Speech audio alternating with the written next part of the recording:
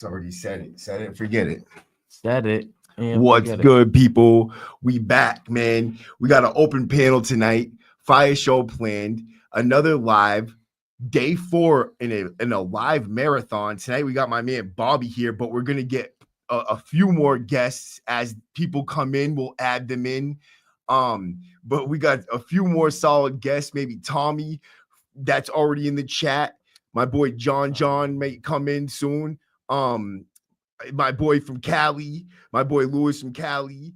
There's a few people coming in, but I started early so me and Bobby can sit here and kick it and shit for a little bit. Yes, and gripe about prison food and the food situation just all over prison. I was doing a live last night, and what got me going on this is that everybody just started chiming in about the food, right? Yeah. So I'm like, yeah, this is something to talk about because I'm in there. I'm thinking like, oh, I'm glad I got to even have this conversation because it's funny because when people start reminiscing and they're like, oh, what about this? What about that? Right.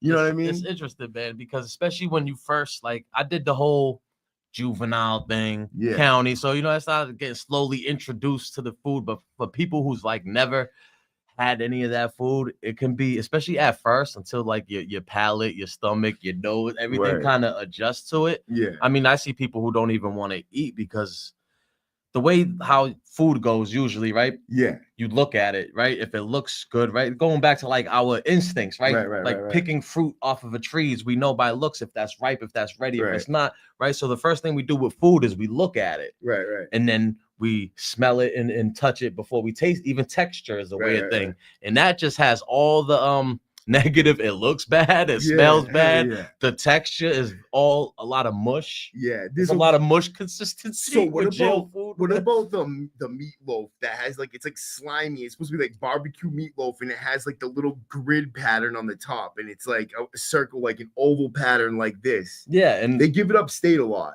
It looks like they like the fake grill marks. Yeah, right? the fake grill marks. Exactly. It's got fake grill marks. As soon as it comes out of the freezer, it's already got fake grill marks. Right. Never seen a grill a day in its life. Where it's like they just painted on, everything's a mystery meat too. You know what I mean? Yeah, it's slimy. It's made out of like a lot of soy and shit like that. You know what I mean? I think they use a lot of soy. But there is meat and shit. One thing I noticed about the food in the Max is that I came from the county and there was real chicken. There was like actual food in this food. And in the counties, they always had like real processed shit. Yeah. You know what I mean? So in the upstate, they do put a little bit more effort, I think, into the food and shit. But yeah. So it depends where you're at too. Cause I was just thinking like when I first started doing time, like Cambridge and Bill Ricker were like notoriously good spots for food. It was like the house of pancakes. It was it was just like a matter of, even at lunch, you know how you get a slice of bread with your meal, you would like, the inmates would hook it up. You'd get like a half. So even if like you didn't make canteen, you could get enough bread to bring back and then just buy like a thing of peanut butter. You know what I mean? You could make do even if you didn't make canteen. Fact. Even if you just got everybody's extras because they had so much. You know what I'm saying? You like live off peanut butter and bread too. All day, man. Peanut butter and jelly is probably one of my favorite foods to this day. You know what I mean? Not just that, I'll work out and I'll smash like a few peanut butter jellies. I mean, peanut butter sandwiches because we didn't even get jelly in the Max. Yeah. Bro, in the Max, well, that's the thing. They started taking everything. Booze. Yeah. People start making booze, so they stopped taking a lot of that stuff, the sodas that were in canteen, any little bit. So that all had an effect on the food. But I mean, if we're gonna talk about the bad too, I remember what was pretty good back in the day in juvenile was the cream of wheat down at Harvard Street. The breakfast. I don't know. I still haven't think I've had cream of wheat to this day that was as good. You know what I mean? Always felt like the blueberry cakes in Plymouth weren't bad. I think they were. I think it was Plymouth.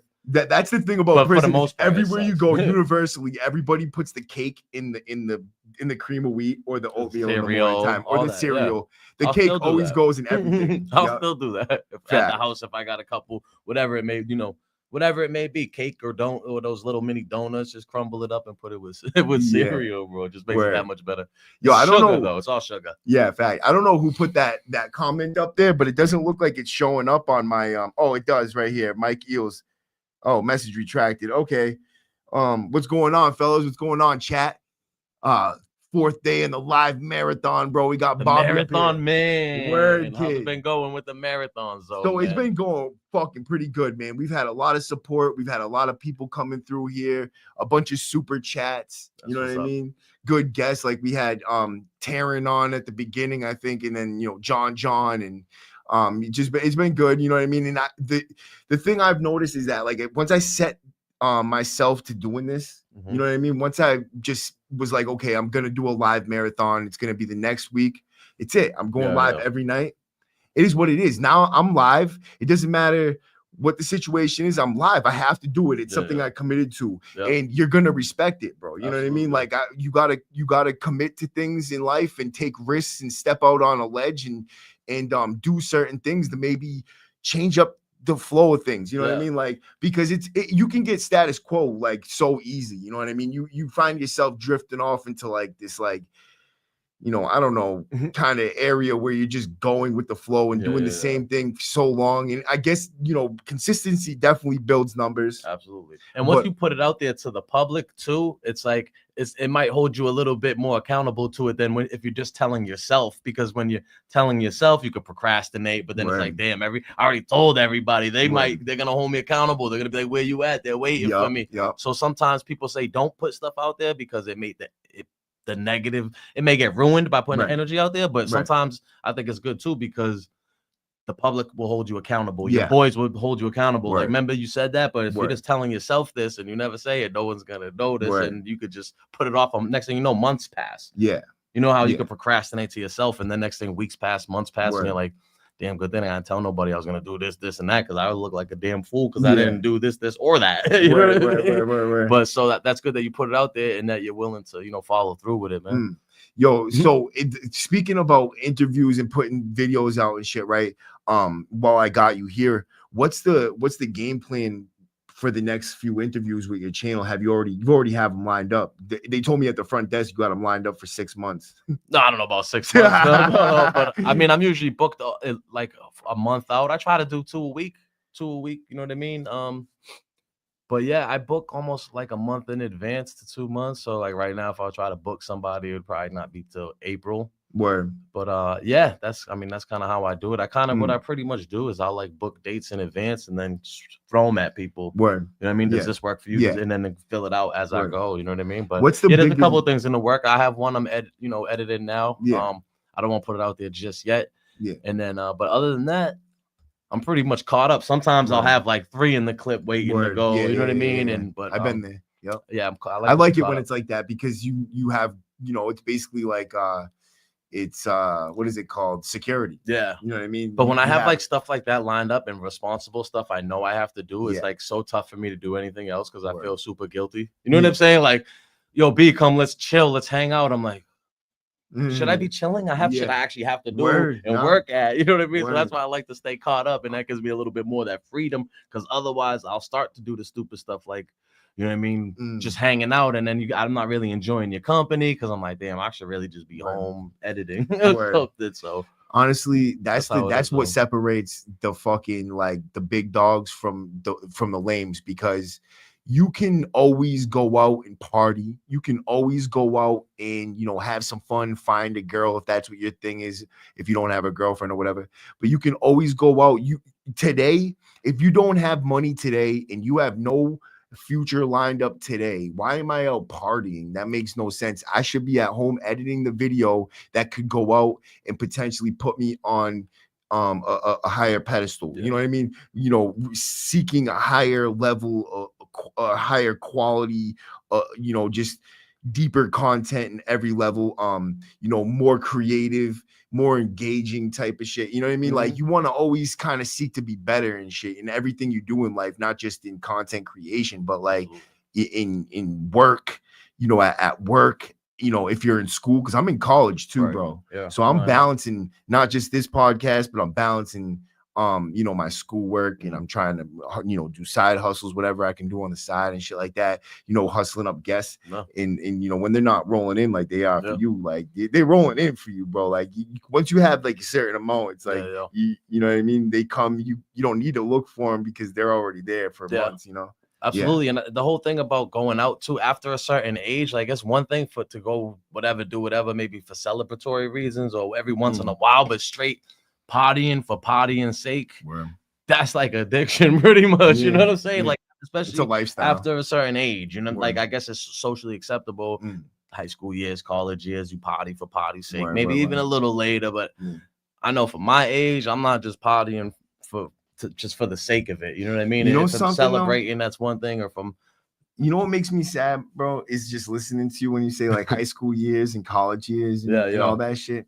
And like I spent legit from 13 until 16 and a half. Then from 16 and a half until 18, I was on the run. And then from 18 until I was 37, I spent in prison. Right. And now it's like I'm just picking up and scrambling, trying to get things together and shit.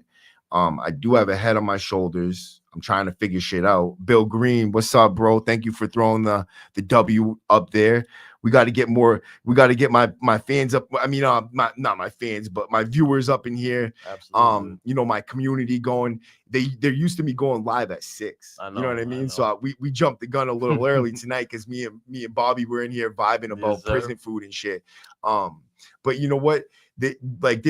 I feel like gripes about prison. That's something that we all did so much while we were inside. We all sat around and bitched about like what sucked the most. You know what I mean? So it's like something that everybody always thinks back and they're like, yeah, no, that did suck. That sucks. You know what I mean? Yeah. You know what I mean? See, especially when you look at like these memes of like the food and they're like, oh yeah, I don't miss prison that. Like food. How it looks. It's so it's so unappealing.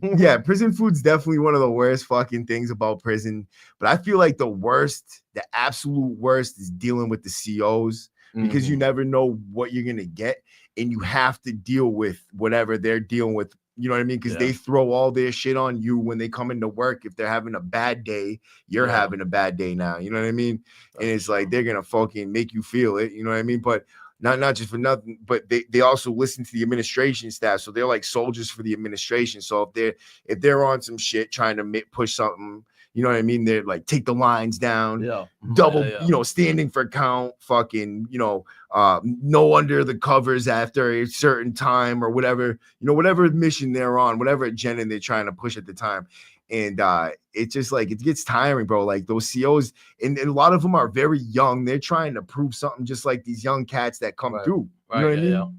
Tell me they're not like, they're trying to be like convicts. Trying to make a name for themselves. Because, you know, even some of those COs have been around forever. They got names. Mostly for us, it's like we look at it as bad, you know, bad names. But to them, they probably think they're the shit for that that reputation that we think is horrible. They're just the worst human on their end. It's probably visualized. Like they probably look at that same guy as like, they a hero, that dude, you know, the legend, you know what I mean? No, Tommy's in the waiting room. My bad. I got Tommy over here. I'm over here fucking zoned out. My fault. Let me get up and bring you in, Tommy. I'm over here. Tommy. Maddie, Bobby, what's going on, gentlemen? Okay, what's up? I don't think this is not working. So our it's not plugged in. That's why. Well, the mouse. Yeah, we don't have a mouse, but it doesn't really matter because we don't need a mouse. But so check it out. The next person, okay, yeah, boy, just got gifted a membership, so that's dope. Now people are coming in, bro. Everybody here, what up, bro? We're gonna get this chat popping. There's gonna be a lot of people in here tonight. Tommy, what's good, bro? How you doing? Chilling, man. Just enjoying this Florida weather, man. Wow, look at that. That's Florida, right? Yeah, this Tampa. Wow, how'd you get down there? I just got dead set on it, man. I was tired of New York City, man. I felt like I had too many demons in New York City. You know what I'm saying? That I felt like I'm too close to everything bad. You know what I mean? The only thing New York ever gave me was 25 to life, man. And it was time to go. Once I got off parole, I was out. Word, bro. Oh, so you're like living out there, or you just vacation? Yeah, no, I live out there now. Oh, nice. That's what's up. Wow. I love Florida. Tommy just packed up and left. Last time I talked to you, you were in an apartment in New York, right? No. I was down here in Florida. Oh, you were down there. Wow, see, I'm a space shot. How about that? I've been down here a year and a half. I've been down here about a year and a half now. Okay, word. Okay, wow. Maybe. See, I probably just knew that too, and I just totally forgot. And I'm just like spaced out. Yeah, I don't know. That's what weed does. Whatever. Putting out a lot of work, man. You forget.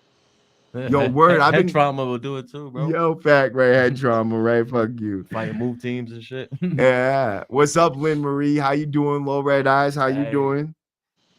Lynn up, Marie. Lynn? That's Bobby's aunt right there. Yes, ma'am. Ah. There she is. Yeah. So, Tommy, you've been hearing about what's going on in New York and shit, right? Yeah. Those about the strike and the cop killing Robert Brooks and all that. Yeah, man.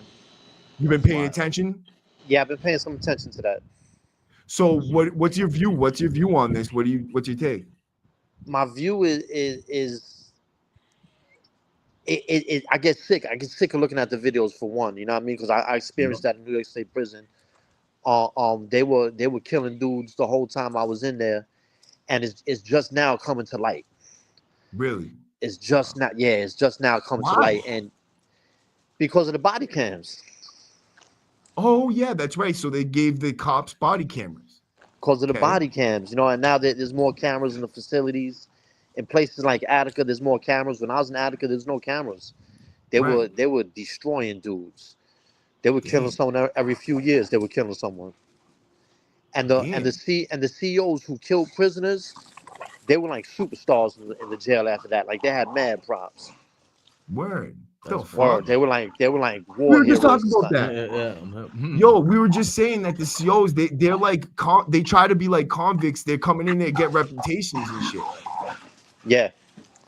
Yeah, they definitely do, man. And a lot of them in New York State, like when you go up into the state prisons, man, like them police, they really hate prisoners, man. Like they really truly hate prisoners.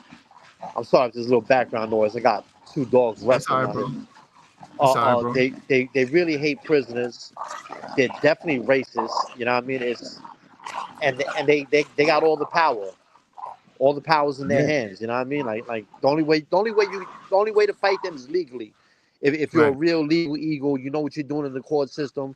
Like that's how you got to go at them. You got to go at them hard, man. Right. And then even doing that, you got to be prepared, because if you're a dude, say you got a beef with a cop, and you're coming at them legally for however they may have violated you. Maybe they were extra aggressive to your visitors. Because they used to do shit like that. They'll be too aggressive to your visitors, threatening to your visitors, this, that, and the third. Maybe you write them up. So now you know they're coming at you. So guess what? If you got any shit going on, you better not have it going on, because you know you're about to get searched.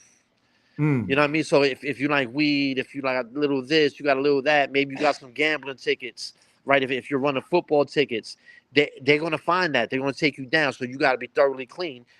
It's a gamble, man. But like if you want to be like you know, on your legal shit in there, you gotta walk a straight line, and you gotta be good, because they come after the guys filing grievances. They come after those guys filing grievances bad. Yeah.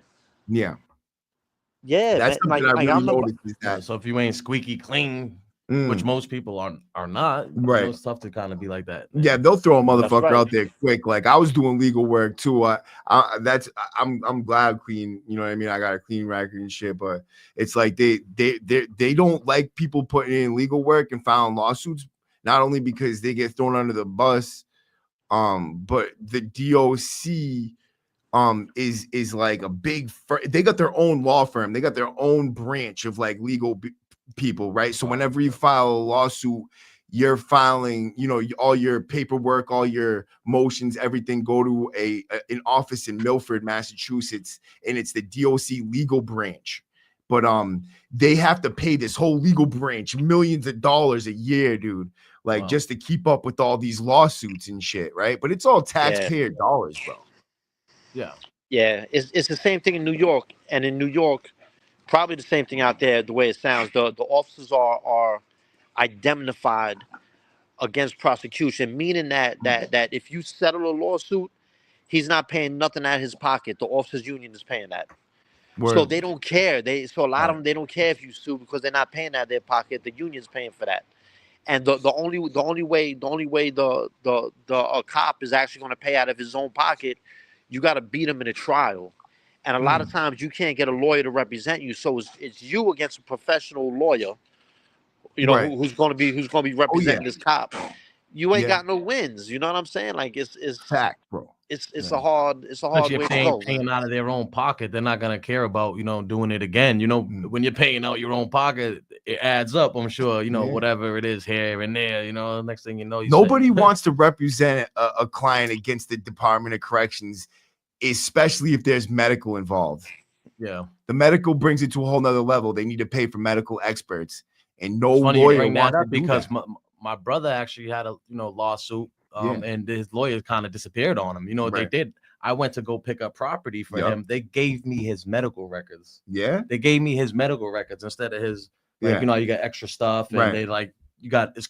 Somebody come get it, or we're throwing it away. Yeah. For some reason, they gave me his whole medical records. That's crazy. That's weird. But like you're saying though, the lawyers don't. I don't know. It's just funny you say that because he's like, yo, my lawyer hasn't gotten back to me. This and that. Yeah. So we're actually medical records and medical experts make everything so bro. Much different. That's a HIPAA violation. That's a HIPAA. But you know what? You know what's crazy, Tommy, is that his brother. JoJo is doing a life sentence in Massachusetts. You know that, Tommy? Oh man, no, I didn't know that. Yeah. Wow, damn. His brother's doing Shirley Max right now. Yeah, dealing with all that stuff, and is the way it is up there right now. It's the lockdown. All it's so tough to really get into a routine. You know what I mean? How you gonna get into a routine if you never know when the next time you're gonna even come out is? And he's trying to do school up there, but. Someone acts up on another block, everybody doing school, they get shut down. You know what I mean? It's always locked down, they canceling movements. Yeah, that shit's whack. Yeah. What were you saying, Tommy, though? No, I was asking Bobby if his brother has life without parole or if he has a shot at getting out. Yeah, he has life with a possibility of parole. So his sentence was 15 to life in a 4 to 6. So I think they aggregated to pretty much a 19 to life. 19 years to life sentence. So this is an open panel tonight too, guys, for bats in the chat. Anybody in the chat? He's been in 16 now, so we're getting closer to at least something. You know what I mean? I put the Yeah, my fault, Bobby. No, you go good. Yeah, I put the link up in the chat up at the top, just in case anybody wants to tap it and come on in and join the conversation. If we're talking about anything that really sparks a fire in your chest, tap that link and we want your input. You know what I mean? But so Tommy, I kind of wanted to get your input a little bit more on the New York situation out there and what's going on with Robert Brooks. Did you know any of those officers that was involved in that? No, I was never in that facility, Marcy. I wasn't in that facility. But I've been jumped on by the cops, and they write up that I assaulted them. This, that, and the third, yada, yada. They gave me 2 years in the box, broke my nose, my thumb, messed my ribs up a little bit.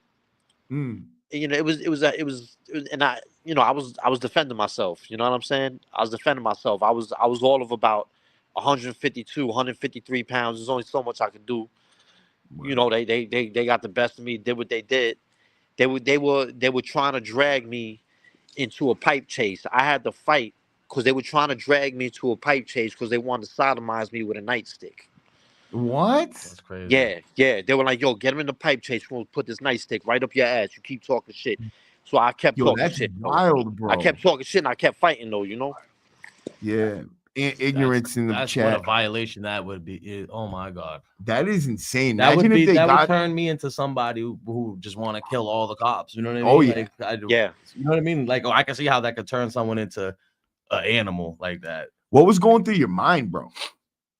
What was going through my mind, I know in those situations, like when cops jump you, you have to keep yourself out of the handcuffs and you got to keep yourself off the ground as long as you can till as many of the higher ranking staff get there.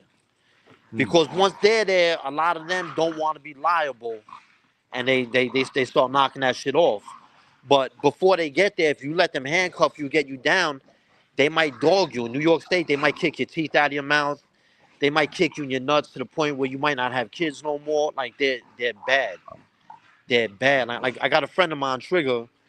They got him on video. He got into a physical altercation with the cops. They got him hemmed up.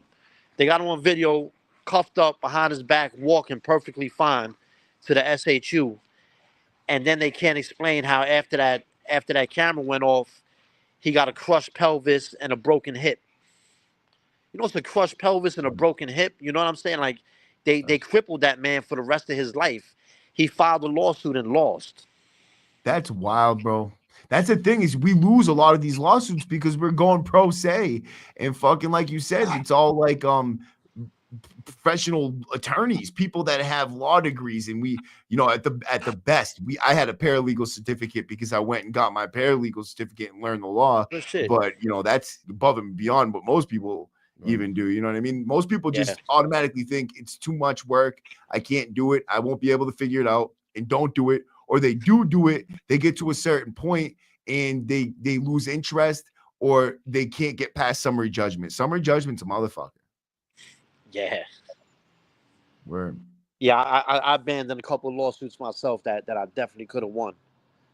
Just because I didn't have that depth of legal knowledge. You're exactly right. Everything you're saying, I'm a victim of that myself. Fact. I mean, that's the thing is like people don't understand just how true some of the things I say. Like I'm not just saying it. Like this shit is all facts and things that I actually really been through. And the people that have been through it and do know, they're like, wow, yeah, no, that shit's on point. You know what I mean? And but the people that don't, they don't realize that they feel like it's just like filler words. You know what I mean? I'm just talking just to talk. Thank you, Bats. I appreciate that, brother. You know what's one of the things I hate about the system, man? What's that? Is that the system forces you to be a manipulator, but then they turn that against you and try to make you to a sociopath. For instance, let's say I know a lot of dudes. You go to the box, you go to SHU, you got a year in the box, 2 years in the box. All you're eating is what they serve you. Sometimes you'll go to a spot where that food is almost unedible. You know what I'm saying? Like a lot of that soy shit backs your system up and horrible shit. You know what I'm saying? So you got a lot of dudes in order to get something better, they might say, yo, I'm converting to Judaism. I'm Jewish now to get a kosher tray. They might have a medical condition. They might not. They might fake a medical condition to get a special diet tray, right? Because you'll get a higher quality of food on that. Meanwhile, you're doing that to survive.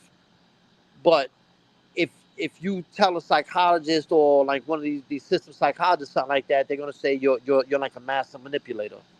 Yeah.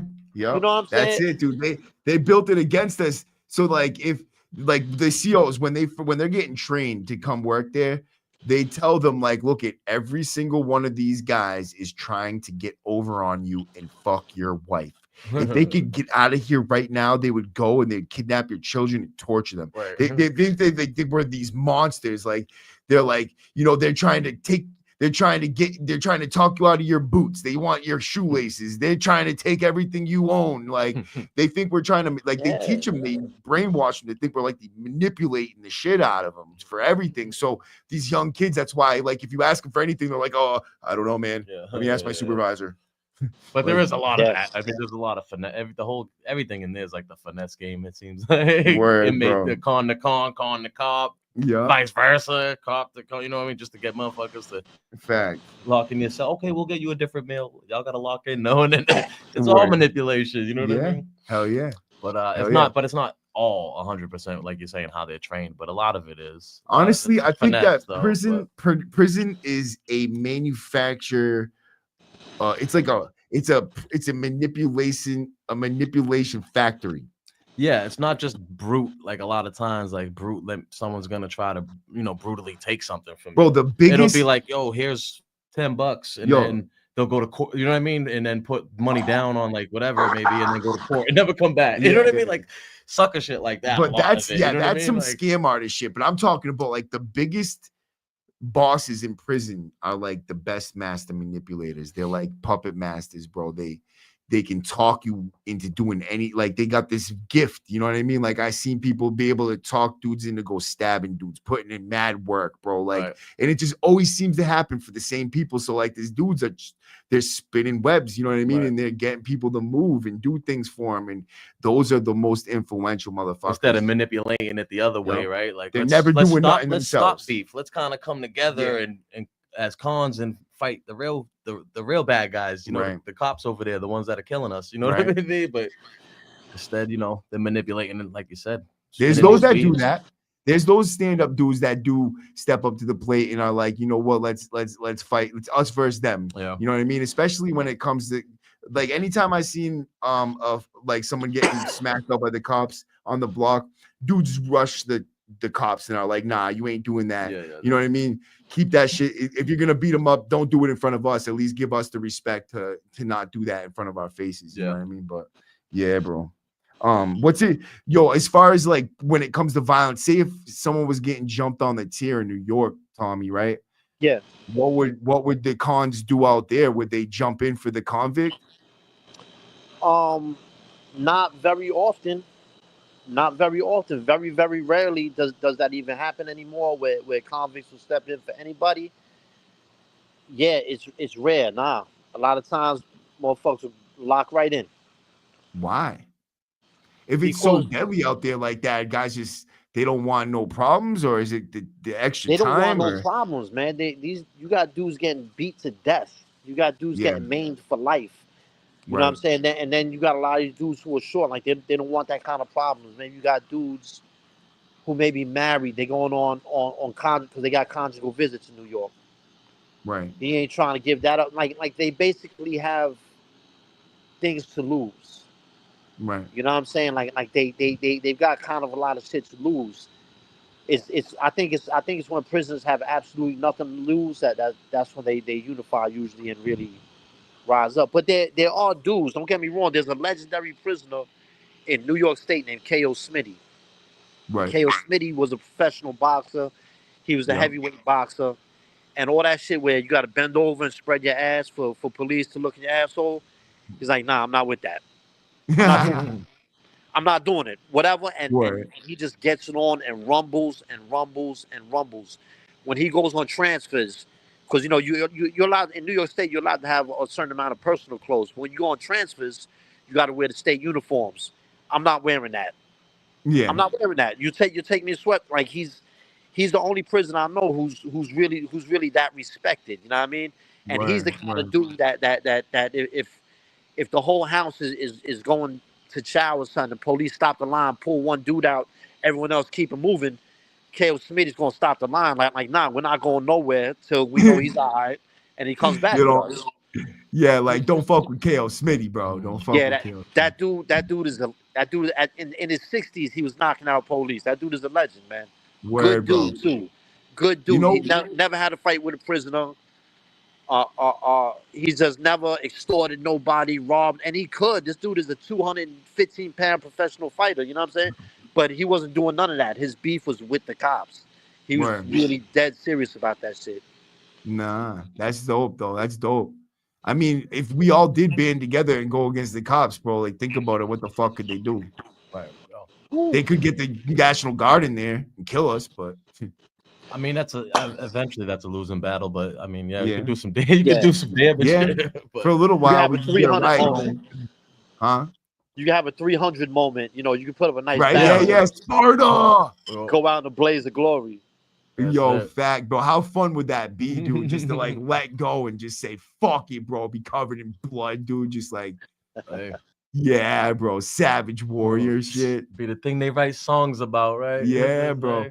That's what honestly, when I was in there, it was like, that was what was glorified. You know what I mean? Like, being able to like beat your chest after you just put in some fucking serious work, you know what I mean? And it actually felt good too to like have everybody looking at you like, wow, this dude's a savage. Well, bro. I was just at the I went to the MMA fight for the first time in my life, and then like seeing somebody like knocking somebody out like that, I'm like, I guarantee there's not a drink or a drug in the world that could get you that high, like that feeling you must have to knock somebody out in front of all of those people, hold that belt up, you know what I mean? There's not a freaking drug in the world that could give you that natural high. I think the months of training that lead up to it, the heart, blood, sweat, and tears, everything coming to a culmination in that moment. It was just like I felt like I won. You know? Hell yeah, bro. Hell yeah, bro. That's emotion right there. That's that's at its core, dude. That's the essence of like glory and just that feeling. You're like, oh, you know, testosterone pumping, motherfucking. Like, absolutely. Hell yeah. It's something instinctual about it. You know what I mean? Like brings us back to You can remember that feeling from when I was in DYS, like that that feeling when you win a fight and everybody starts looking at you different and they're like, okay, yeah, he's got some hands on him, you know what I mean, type of thing. I remember getting in a fight after school once, walking through the whole, and it was literally the whole school. It was right after school, first day. It was like the Red Sea pot, and I'm sitting there with blood on my hand, and I won, you know what I mean? And it was just like, felt like the man. Yeah. You know what I mean? It felt like the man. This was what it was, but Tommy wasn't doing none of that, bro. Tommy was out there laying dudes out, dude. Like he had the guns smoking. You know, when I was a kid on the street, I wasn't doing much fighting. You know what I mean? I wasn't much of a fighter, but you know, I fought when I had to. I wasn't very good at it. I didn't like it. But once I started selling drugs, and you got stick-up kids coming around with burners taking shit, and it's like, oh, we're gonna play that game now. Oh yeah. I played that game. You know, it's when I went to prison that I really had to learn how to fight. In prisons where I learned how to box. That's really where I learned how to fight. Where, you know, I got around some good dudes, and that's where I grew up. Yeah, they always say check the guns in at the door, right? You know what's funny? In New York, they do all these extra shit, like teach people how to box. They let people smoke cigarettes still. Yeah. I just found that out. They used to have boxing in Mass too. I actually know a guy, big shout out to Goody. He used to help coach in Norfolk the boxing program. I mean, this is probably back in the 70s or something, though. You know what I mean? Long time ago, but I feel like stuff like that's good. Where they should have more. Hell yeah, bro. Well, what's his name? Learn how to box in prison, I think. Bernard Hopkins or something. Yes. Philly. Well, yeah, he learned. Or maybe that's where he kind of, you know. Yeah, that's when he got serious about it. You know what I mean? Right, you're right. That's when he got real serious about it too. That's what my about tip. the Hurricane? The Hurricane did too, didn't he? No, Hurricane. He went to prison after he was a pro. Yeah, he was already a. Okay, so he was a boxer and then he went to. Okay, yeah. The Denzel movies. Hurricane Carter. Yeah, I feel like people, you know, when I used to go to the hole, like the regular basic hole, and I'd be starving to death, right, and not want to work out at all. But when I go to DDU and I'm able to eat a little bit more food, then that's when I start getting in my routine and working out real hard. I mean, you know, drinking my protein shakes and eating the right foods and getting big and getting in the best shape I can get in. And that's kind of like where it's like the movies where you're in your cell working out like a savage. You have nothing else to do. You know what I mean? But in the regular box where you don't get fed right, it sucks. You're starving so bad you cannot work out, bro. It's hard. And that's one thing, like a lot of people in the free world don't know that feeling of going to bed like hungry. You know, unless you grew up really poor or you know what I mean, like prison, jail, whole time. Even regular. Like not doing whole time, man. If you don't eat, man, you go to bed hungry, man. That's not a good feeling. No, going to bed hungry is the worst stuff, bro. It's like, how about the loaf? The loaf, they got that? Loaf. Yo, there's nothing more degrading than a management loaf in DDU, right? When you're on status.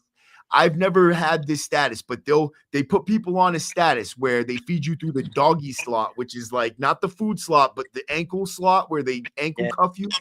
So they feed you there, but they make you get on your knees and get in the back of the cell, and they give you a management loaf. So it's like they're making you grovel for a management loaf. Like, imagine that, bro. I tell them to kick rocks, dude. Keep your fucking management loaf. Yeah. I think I'm already head out though. All right, bro. Yeah, no problem, bro. Hey, Tommy. Hey, good to talk to you, Tommy. Yeah, you, Bobby. Chat, everybody too. Thanks, you know, always for the support and everything. Word, hell yeah. Once again, thanks again, bro. Bobby from the Bounce Back Podcast. We're gonna have more people coming on the open panel. So Tommy, stick around. Me and you are about to kick it. All right. Absolutely, Bobby. And you know, it's an open panel, like I said.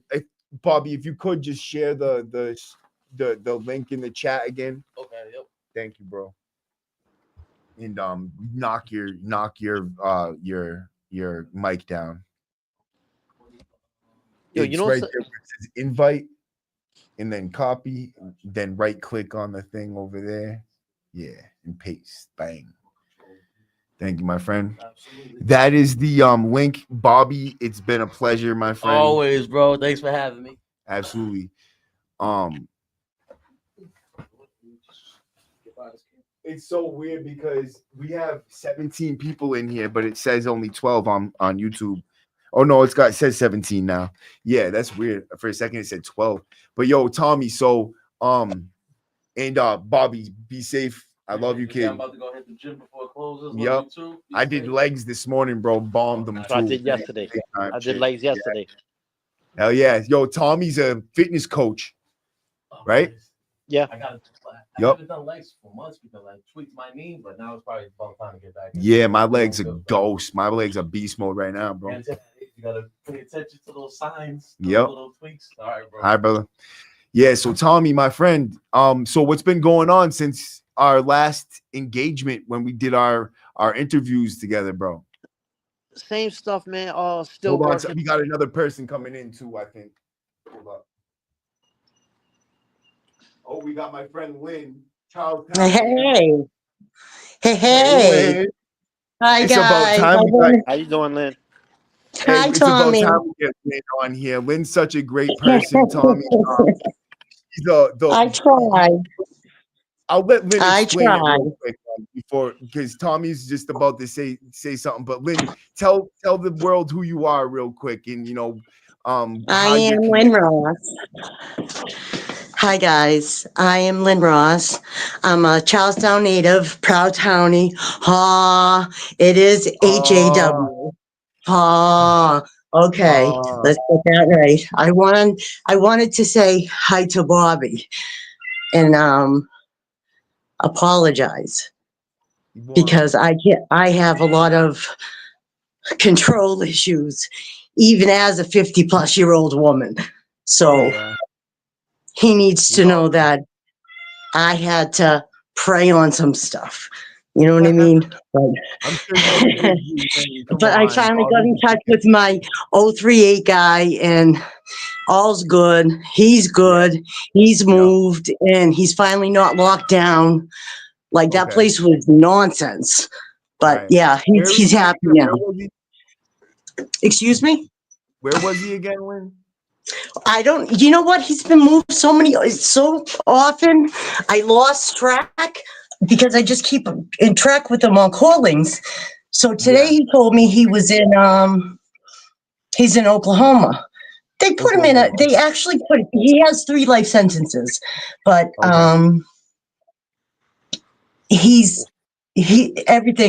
you can't get more than what your co-defendants get. You know what I'm saying? In the state of Massachusetts, you just can't. So he got triple life. None of the rest of them did. And anyway, long story short, I got in touch with him. I'm happy. Please, I threw the situation on him and said, I don't like people. It's just the generation. And I understand people need to make money and want to get their stories out there. But in all honesty, anybody can pick up the Boston Herald and believe anything that is read is tough. It was tough for me, especially hearing it 30 years later. It was like, all over again. So it was a me problem. It's nobody else's problem. You know? I get that. I just know the person that you're talking about, obviously, and he's like he was a friend of mine, and just I hate, I get that, obviously there's some personal ties to it, and it's very important to you. So I don't want to touch on it. We'll just move past I love that. Bobby. I love Bobby very much. I wanted to get on there. I was like, I'm challenged to something because I can't get on here. And not until Bobby got off did the ring pop up. Yeah, it's all right, because sometimes there's people like I have it's an open panel right now, and there's some people that have said they want to come on, and they're not here yet either. Good. Well, I wanted to let you know, some of those girls, they stood strong in framing him, but a lot of them, especially the ones that were using, who were active or came in sick like myself, they were flipping for candy bars. I'm not even going to lie. They were flipping for oodles and oodles. And no joke, it's dead serious. I'm like, you know how you get held over in court? The judge is like, you're not going anywhere, are you? You want to be, you want a second call? Fucking right, I want second call. Smoke all day. Excuse me. Smoke all more, whatever. Have lunch, have beer lunches. And I was at Malden at the time. And my probation officer said, how you doing? How's everything going up there? You don't belong up there. I'm like, nobody belongs up there. how can you say that? So we're just smoking, just talking. And I said, listen, they're fucking flipping up there for candy bars. It's awful. I saw more fights, and they would bring them to the DDU for having sex in the shower. The only fights I saw were over girls. I never saw fights because you disrespected me or you disrespected, or they were thief steal, stealing, going in my locker. I had a lock. You ain't getting in my box. You know what I mean? But they were the creepers that will go in your locker, and if you catch them, your hands are broken. Your hands broken, and that's that, and you walk away. You know what I mean? But I was in the 2 year, and I saw something on Bobby's thing. I was in the 2 year and under. I was in Brewster, and you can see the guys from Framingham minimum going back to work and going to work. And we would be locked up during that time, and they'd get in trouble if they talked to us. And I would yell out, I'm your baby mama. You can't bail me out for $100, just bust balls and just try to make the time go by. And all the girls out there laughing, and they're trying to not look up. But when you see people who are familiar to you walking down that street and you're locked up and you visited them for years, it's like the worst feeling in the world. How are you out there and I'm in here? It's crazy. But the mentality, it does stick with you. I'm on God. It's been over 20 years. I don't like how people can see you in there one day, but they see you on the streets one day, they look at you one way. Then they see you in there the next day or whatever, and they can look at you a whole other way, like you're not even the same person. Whole other way. Yes. They're not the same person. That's one of the worst parts about prison, fact. Right along the lines. And not knowing the people. They had a lady in there. She was so small. She was 4 something. And she had, down here in Rhode Island, she had unalived somebody by the head and was walking around like it was cult stuff. Everyone was afraid of her. No, not me. I'm not moving over the other side. You move over the other side. You know what I mean? You're the creep. You're the creep. You move over. And I steady did my thing. You know what? And Charlestown does have its benefits, because I was laying on the floor when I went into Framingham, sick. Right. The whole the whole drive, laying on the floor. Everyone's like, I don't care how sick that sounds. I was sick. I was laying on the floor, taking all the room, people putting their blankets on me. It was just sickening, but they knew. I think it was just the thought that I would get up no matter how sick I was and swing. It didn't matter. It's a matter of survival in there. Yeah, and nobody belongs in there. Nah, nobody belongs in there. Child. No, there are some. Yes, there are some, but people away from other people, right? Yes, there are some psychopaths that have no feeling for it and don't care. Like that girl, the 411 girl. And you got some people, even convicts in there behind the wall. And Tommy, you could tell me what you think about this, right? But some people even in there think we need cops, because if I'm in prison, if someone was raping my mom, I would want them to go and help her out. But they don't prevent anything. They only arrest after it's already done. You know what I mean? So what are they're really not doing much. I would rather have they're not doing anything but collecting a check. They called Framingham the armpit of corrections. Every CO that was there called it the armpit, because women are dirtier in prison than they are out on the streets, and men are cleaner. Men are cleaner in prison than they are on the streets. It's really odd, and that's exactly. It's so odd. I saw a person that used to never take showers. I went to visit a friend of mine up in Nashua Street, and he said, "You wouldn't even believe it's the same person. You can't walk in his cell without taking your shoes off." Like, what?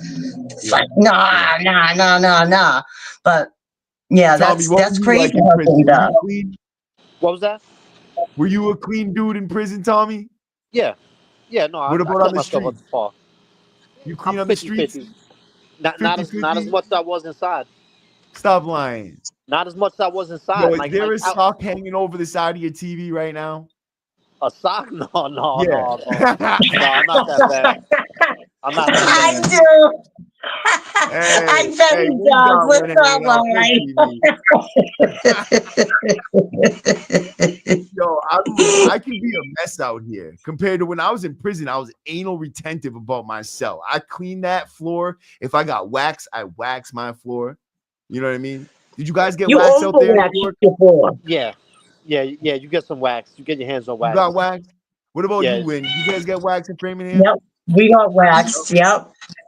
Always waxing your Our floor. floors Like were I always wanted seriously my floor waxed. waxed. Yeah, much better wax, Did right? you know they had a pool in Yeah, hell yeah. Framingham? A pool? You knew they had a pool in there? Wait, what? They had a They got a pool in pool. Framingham. They got And a I'm swimming telling you, pool. the girl, they had a swimming pool back in the day. And like, I did outside. I was doing outside. So we broke down the pool. But the girl that literally got it shut down because she almost drowned in it, like, is taking it down with us, all happy. We're pissed. We're taking down a pool. You know what I mean? We're so angry. We're breaking down a pool, and this one's all happy because she's out and not waxing floors, basically, or doing hair. I'm like, you're the reason why we're doing this. But they had a pool. They used to just throw tennis balls right over the two fences, and yep, everything was good. But they did take smoking away the month I went in there, in 1999, they did take smoking away. 1990. I still smoke though. Yeah, I can see that. You said 1991, though, Lynn? No, 1999, I meant. I'm sorry. 1999. Still a little while back, you know? In 1999, I was It's been young. 25 years I've been out. But how old were you in 1999, Tommy?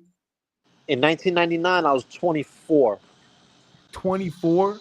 24. I was in Attica Correctional Facility. Damn. Tom, they didn't give you an option for an outward bound or anything.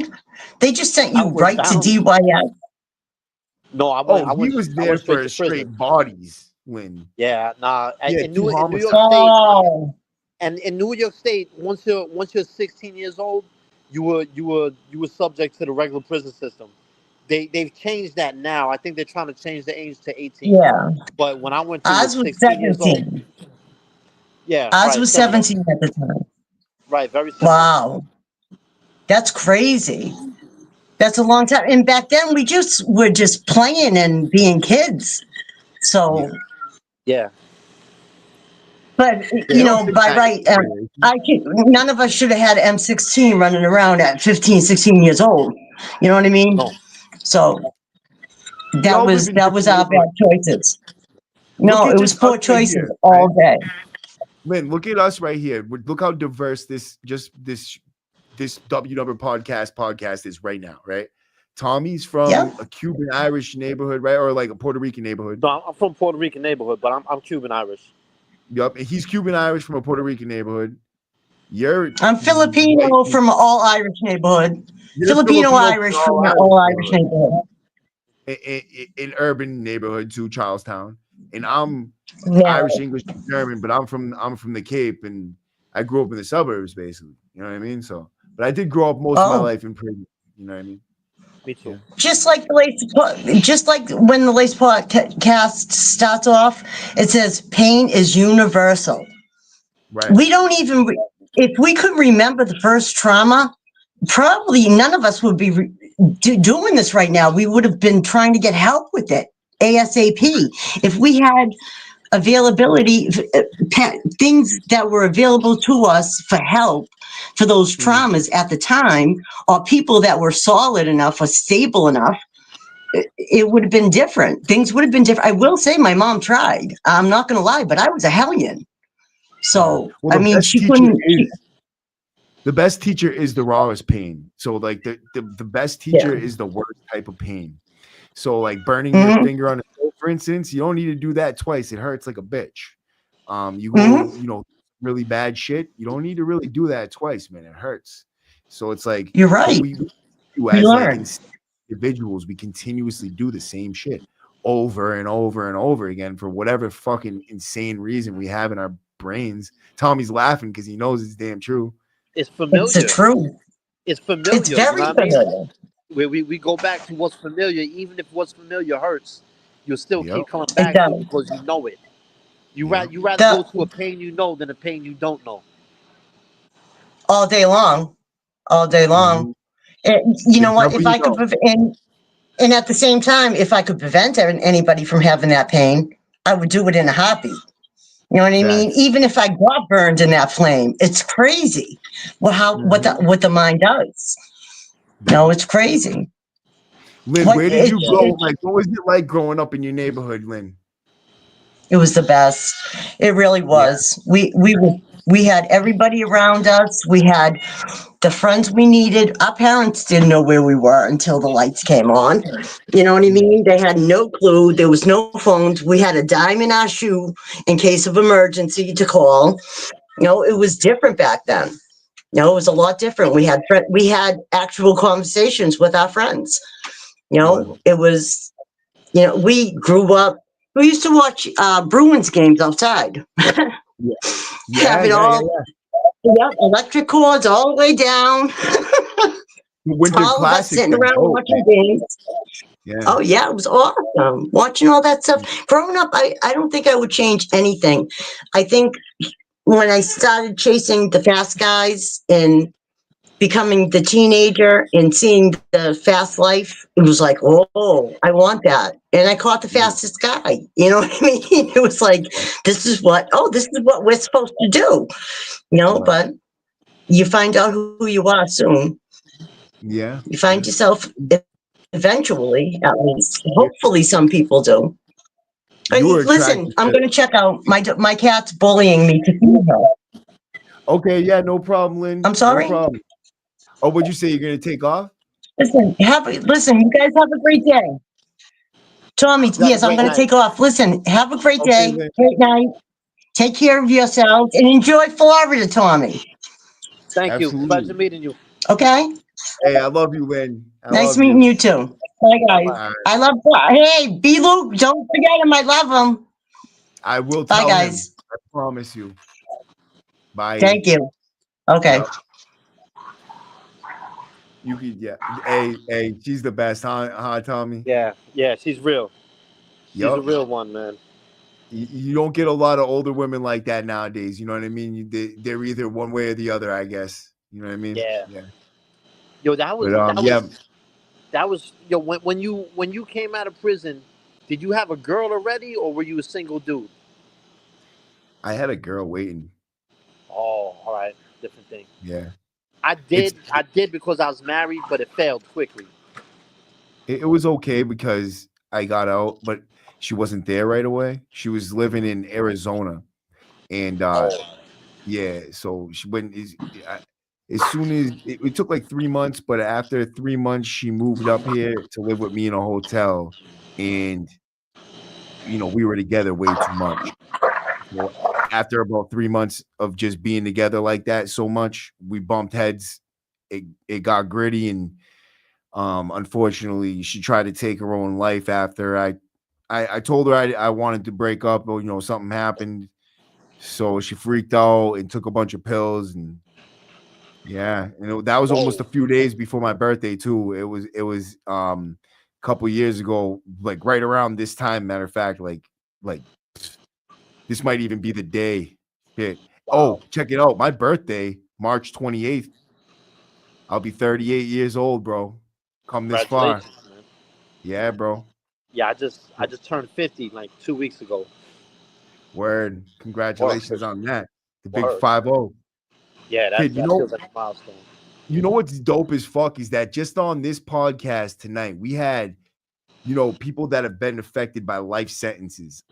Every single person who's been in here has been affected by life sentences.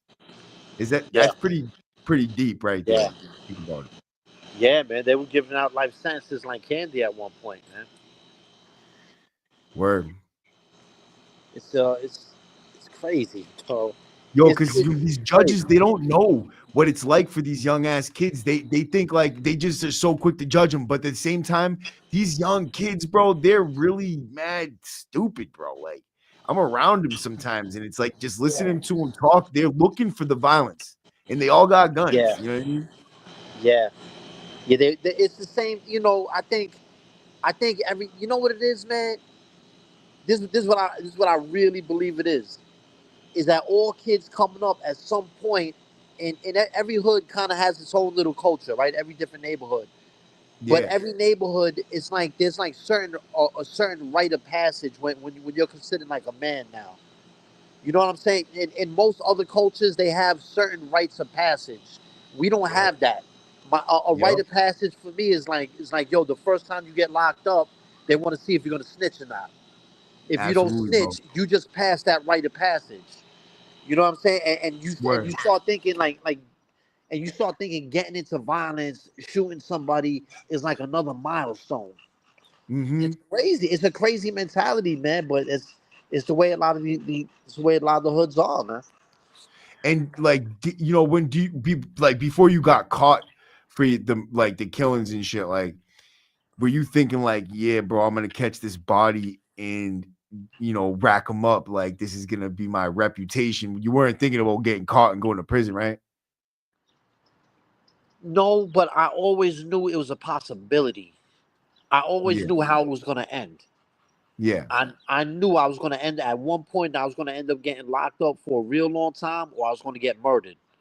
I knew at some point that's how it was gonna end. That I always knew.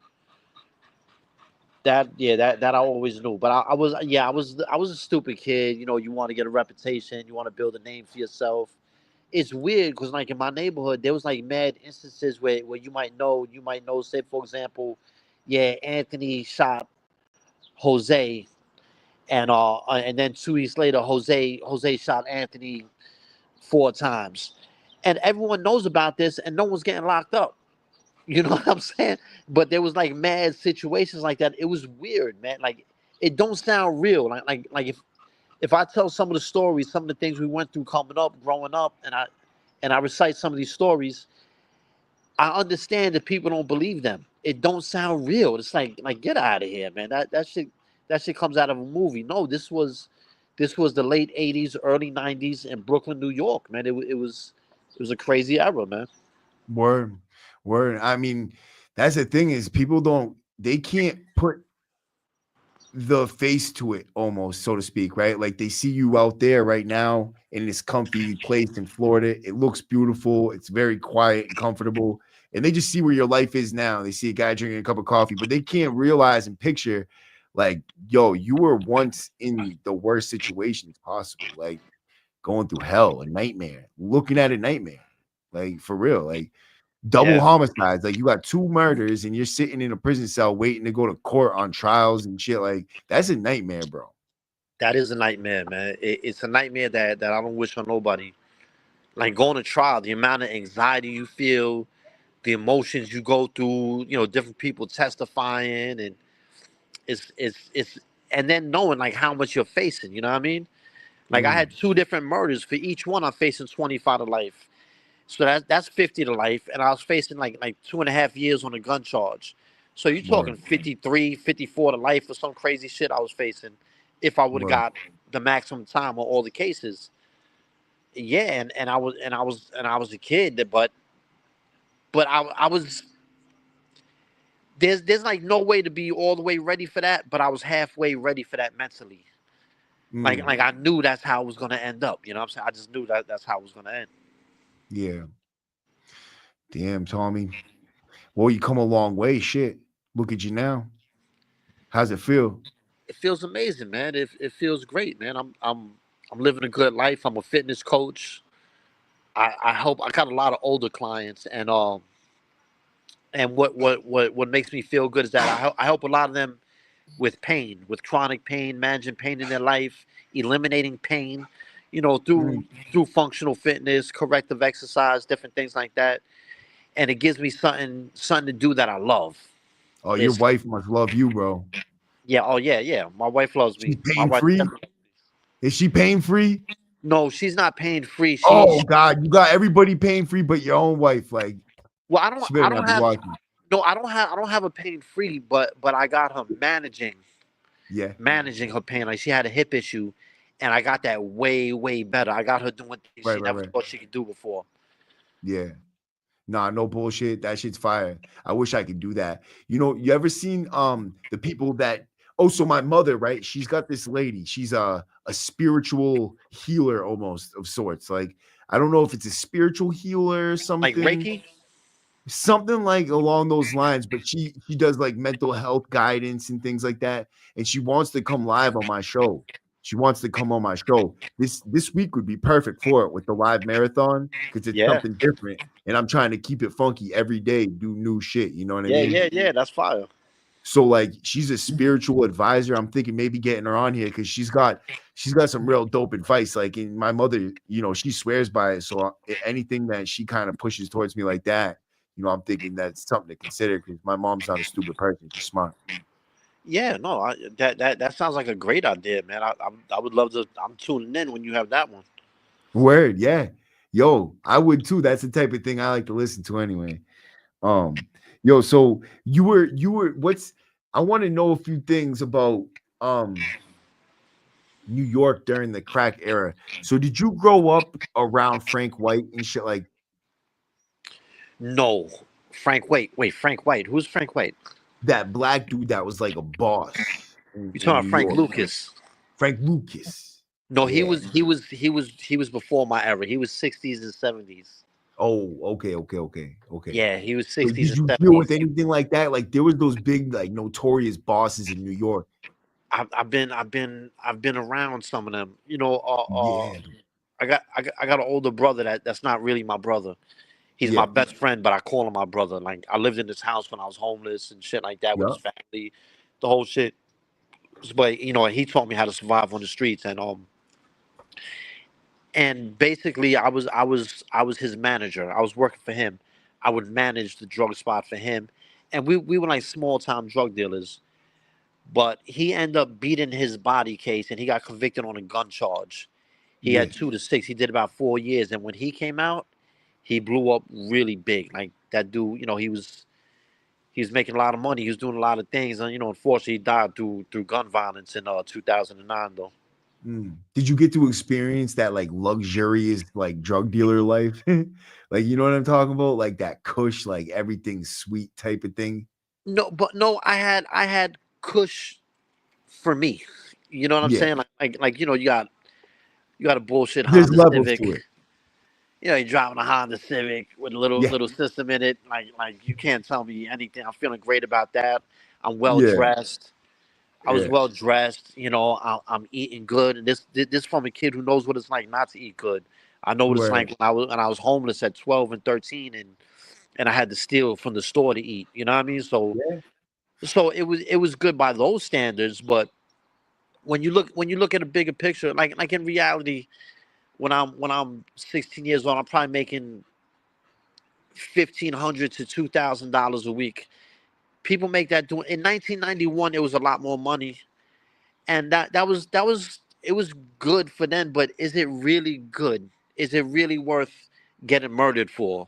Is it really worth taking a life for? Right? Is this kind of money that is worth killing another human being over? Is this kind of money that is worth spending? You know, getting 25 years of life like I did. It's not. It never is. Nah, it's never worth it, bro. How about that? Even if you're really getting it big, it's not worth it. Nah, man. Because look at it like this, bro. You could make. You're not gonna get. At the end of the day, you gotta weigh the risks and rewards, right? So there's a 50-50 chance it goes bad. You know what I mean? So you got to always lean on that 50. So the risk is only a 50% risk. I mean, the reward is still only a 50% shot at seeking that reward. So you're going in at a half a loss already. You know what I mean? Like, I just think the odds are against you, especially when it comes to prison, especially when it comes to, you know, having a life sentence hanging over your head. Nothing's worth any of that money. You can make that money over time if you're good with your money. You stack it, you build it, put it in the bank, and pray to God, because God will get you through, bro. You know what I mean? Like you don't need everything. You just need enough to survive and feel comfortable. Like that's all I want. Yeah, that's all I'm after, man. I'm trying to secure a future for myself, man. That, you know, I'm 50. You know what I'm saying? Most people at 50, not most, but a lot of people at 50 are well established. You own your home. You might own your business. I've got a little business. I've got that, but I don't own a home. You know, I don't have money put away. I don't have a future secured for myself 20, 30 years from now. So I definitely get that. There's a few people in the chat right now. Ryan Aresta, what's going on, man? I haven't seen you for a long time. My mouse that reaches to my table in the studio here is broken, but it doesn't, so I can't put the comments up on the big screen. But yeah, Ryan, what's going on, bro? I see your comments over here. I got my computer over here down here. Steve and Bats and Addicted to True Crime Shoes. White Boy Rick. Okay. Maserati Rick. Okay. Mike Eels. What's going on, fellas? How's everybody doing anyways, man? It's been a fucking great marathon week, bro. We've been burning the fumes, man. Like, let's get this fucking money, bro. It's all good content too. Like everything that we're doing this whole week has been fire. It really has. Tommy, you been tuning in? Nah, you got a lot of shit going on. I haven't. I've been on daddy duty a lot. It's just me and my wife, you know, taking care of a 3-month-old baby, you know. Word. Stuck in the system. Drop the link. Word, my boy's coming in. I got my boy coming in now too. Hold up. This is another New York cat, bro. Oh, this is beautiful. This is another New York cat, bro. Nice.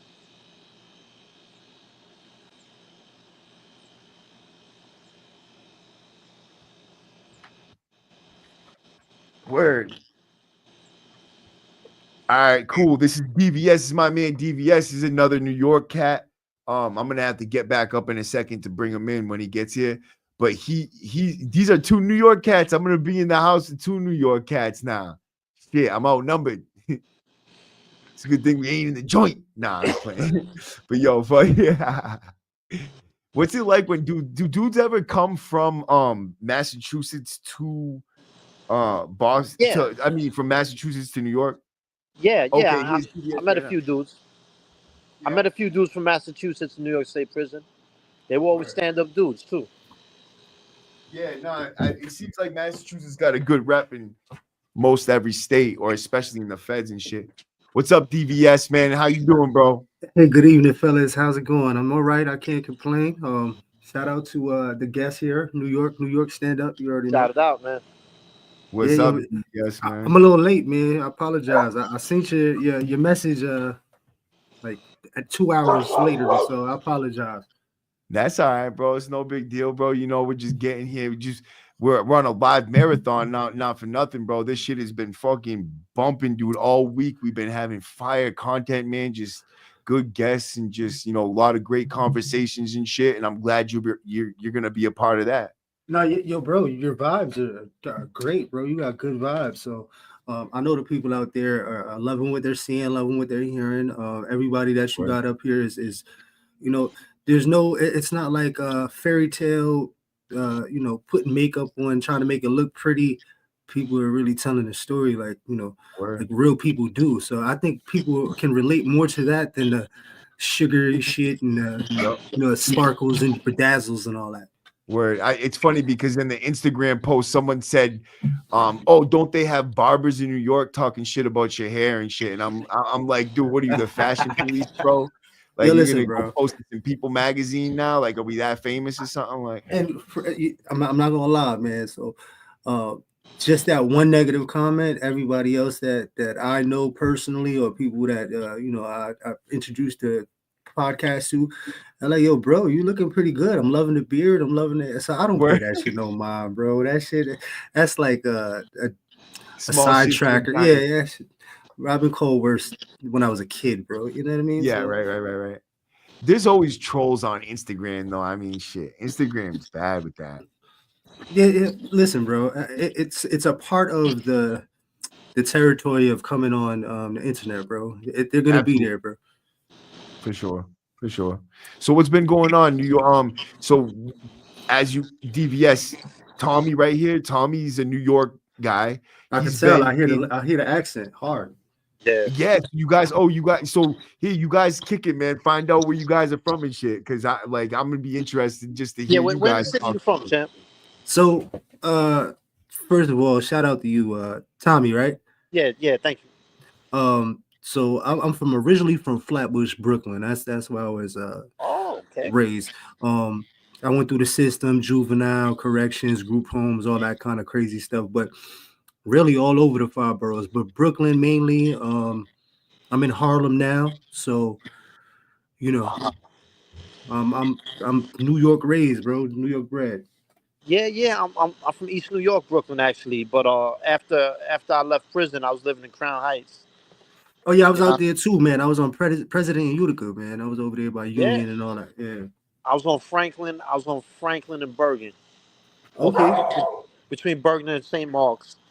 You was a block away from Eastern Parkway. No, my bad. I'm sorry. I got a dog barking back. No worries. I said you were about a block away from Eastern Parkway. Yeah. About 5 blocks. Yeah. Yeah, something about like 4 or 5 blocks. Yep, I was right there. Yeah, I also did time DFY. I don't know what it's called now, but it used to be called DFY. Yeah, me too. So now they call it OCFS. They kind of doctored it up. Yeah, it's Office for Children and Family Services. But before, it was when I was coming, I was DFY too. Spofford. I was in Tryon. I went through Harlem Valley. So I was going through it, bro. Crazy. Yeah. I feel you. I was in Tryon as well.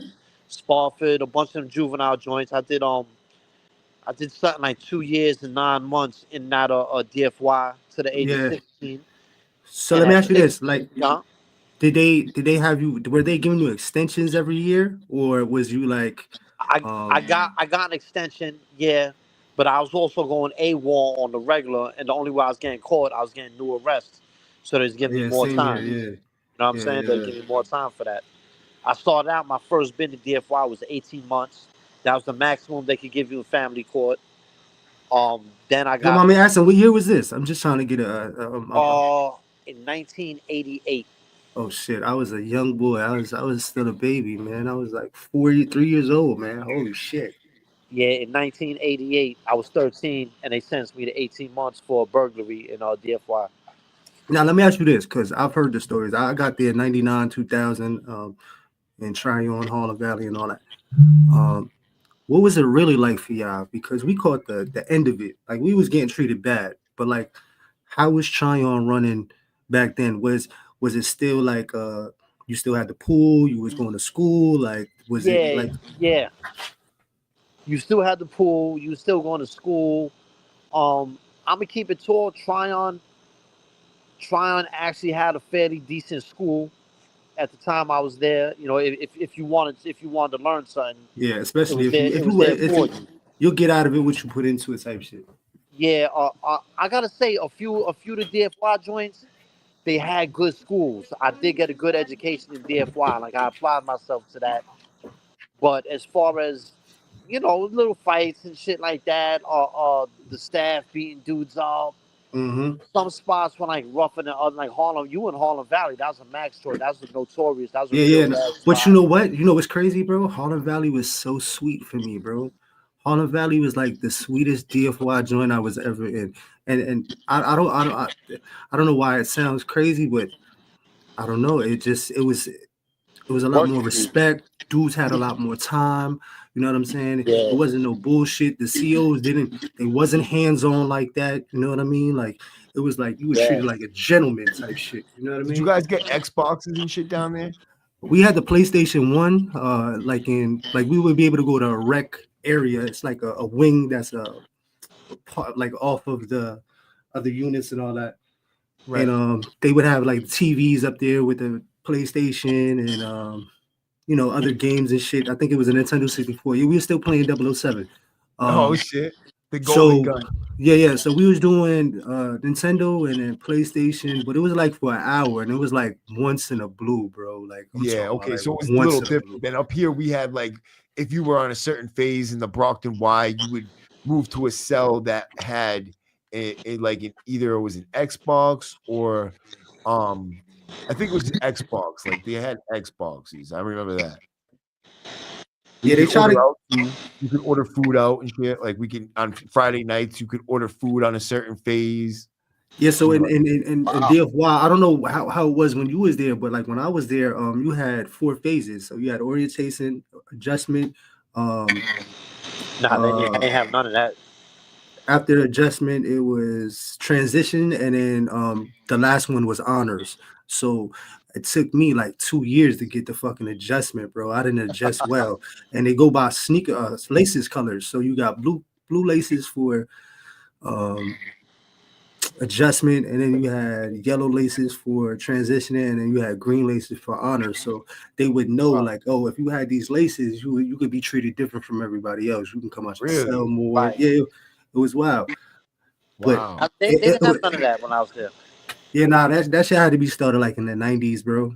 When was you in the state prison system? 2005 to 2010. Well, 2006 to 2010. I was on an island for a little bit. So from 06 to 010. And then I just came home again from 18 to 19 and a half ish. Oh shit. All right, you was just up there. Yeah, it's different. It's a social experiment, bro. What prisons were you in? So on my last one, I was in Wallkill. They just turned that into a medium A. They just put the fence up around that. And then before that, I was in Mid Orange and Fishkill. Oh, using all medium joints. Okay. Yeah, medium. I didn't make it to the max. Yeah. I was in a couple mediums, but I was only in I was in Groveland. I was in Livingston, Groveland, and Ulster. That's it.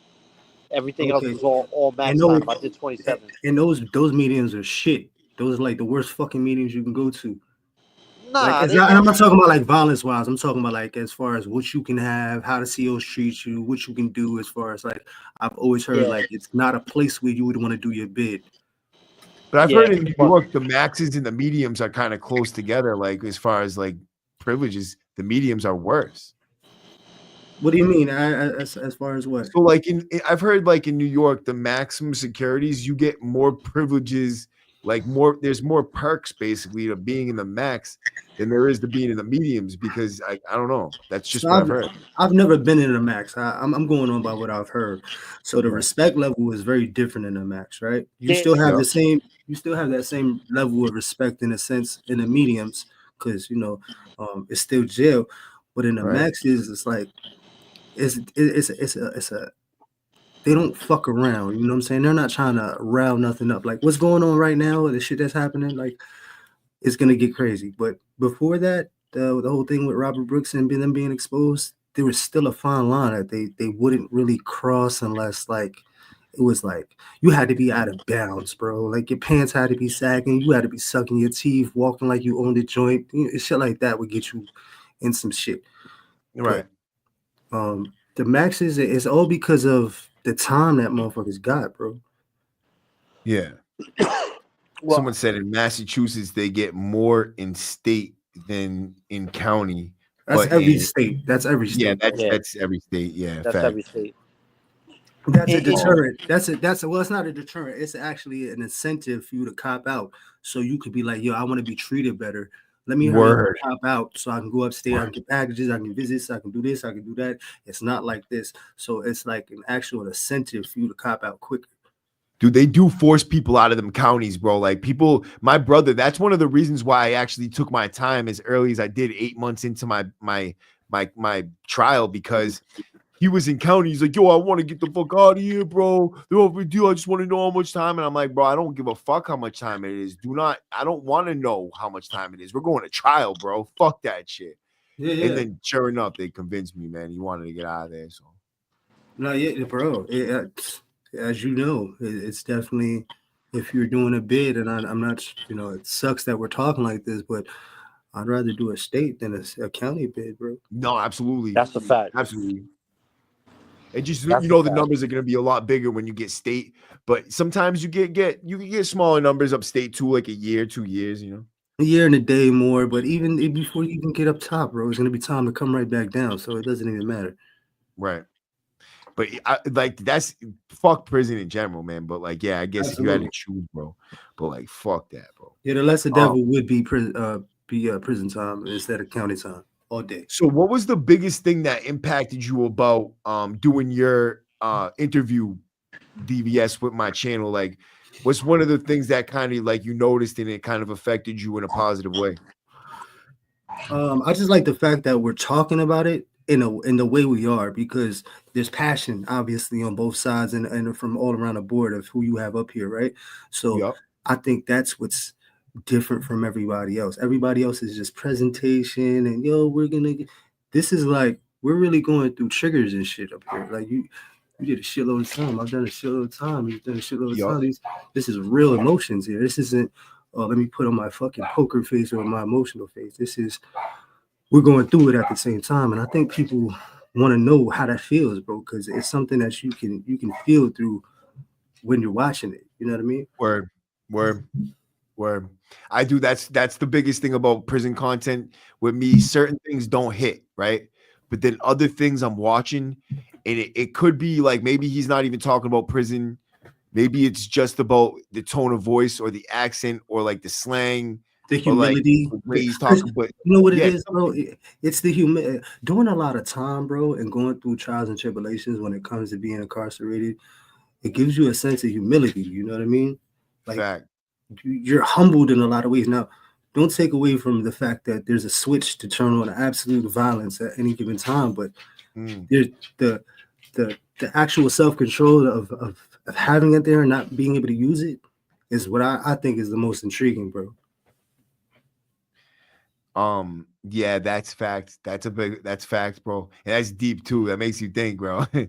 Yeah, bro, it's fact, bro. It hits like along a certain chord, like it strikes a certain chord for people. And like that's why it's a whole genre and a whole niche and shit. Like if you think about it, this is one of the biggest cultural shifts in I don't know, maybe not history and society in general, but it's a huge culture, bro. Like prison is a culture in itself.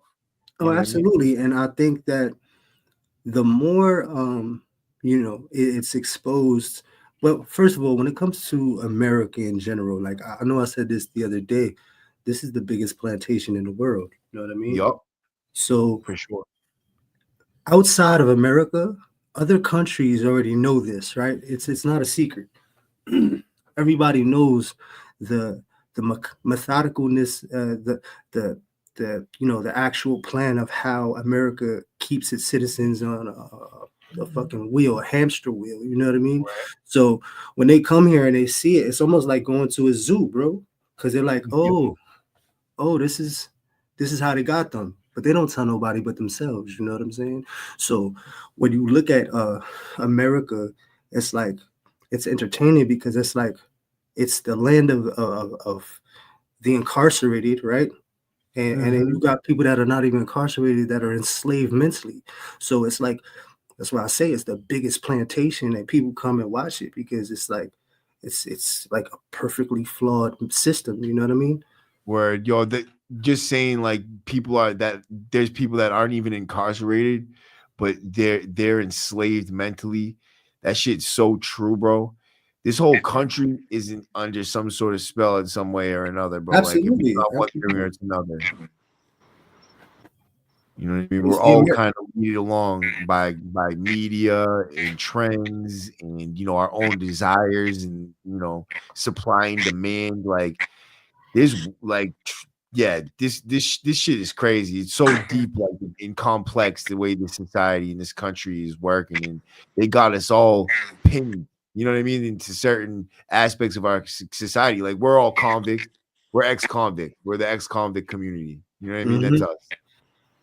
But we're different. We're a different mindset from the ones that are out there, right? Because other people are doing it to exploit, right? Now we're trying to implode this in a sense where it's gonna make people think and say, "Holy shit, let's think a little bit more," or the shit made me a little bit more conscious. It opened up another window for me to be like, "Holy shit, I'm getting some fresh air," type thing.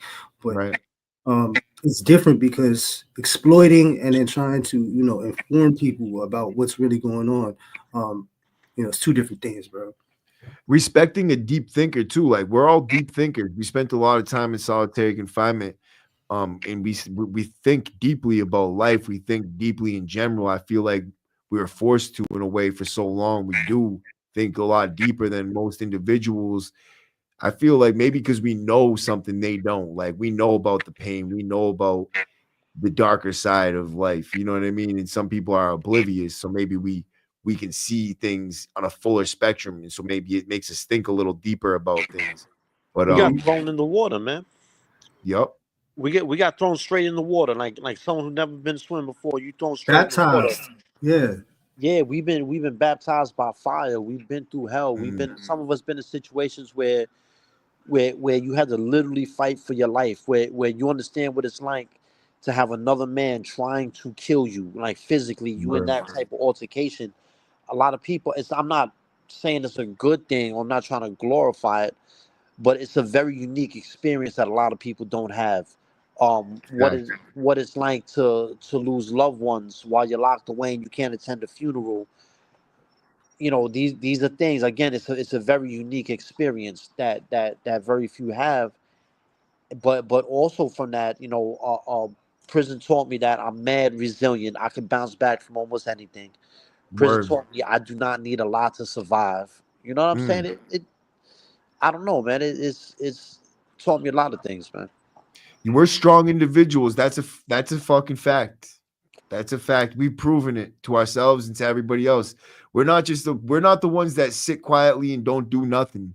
We're the ones. We're the warriors. We're on the front lines. We're in the box. We're going to the hole. We're fighting for our friends. We are showing our loyalty, and we have feelings. We have love for each other and the people that are around us. Like we're the ones that feel. We're the ones that do. We're the doers. You know what I mean? Like I feel like that's how I think about us. Like there's military types. They're doers. You know what I mean? We're doers too, bro. We're just like that. We're doers on a whole different type, but you know what I mean? We're soldiers just like that. You know what I mean? I feel like a soldier myself, bro. Like that's just it. That's how my mind state is, bro. Like maybe sometimes I feel more like a major than a soldier because I feel like I command around me. Like my life, I'm in control of my life. Like that's just the way I feel. My personality is like I feel like I'm a commander. You know what I mean? Rather than a soldier, but I don't know. I guess I'm just rambling on now, bro. Yo, we're just talking hypotheticals and shit. I don't know. But yo, fucking I appreciate everybody for coming on, bro. I've been going. My studio's about to close. I've been going for almost 2 hours. Actually, I've been going for 2 hours now. So, DVS, bro, salute, man. I wish you came in a little bit earlier, bro, but you definitely provided some serious wisdom and value to this conversation. And Tommy, you already know, my friend. Likewise, man. It's been a pleasure. Yup. OG right there, bro. I think DVS took a nap or something. I'm sorry. I just got back. I had to step away. I apologize for it. It's all right, bro. I was just saying I appreciate it. I'm about to step out. This live's been running for a little bit. So I'm about to end the live, but I appreciate everybody for showing up. DVS, I appreciate you for coming and providing the value that you have to this conversation. No, absolutely, bro. Anytime. Take it easy. Be safe. All right. Appreciate you, bro. You know, but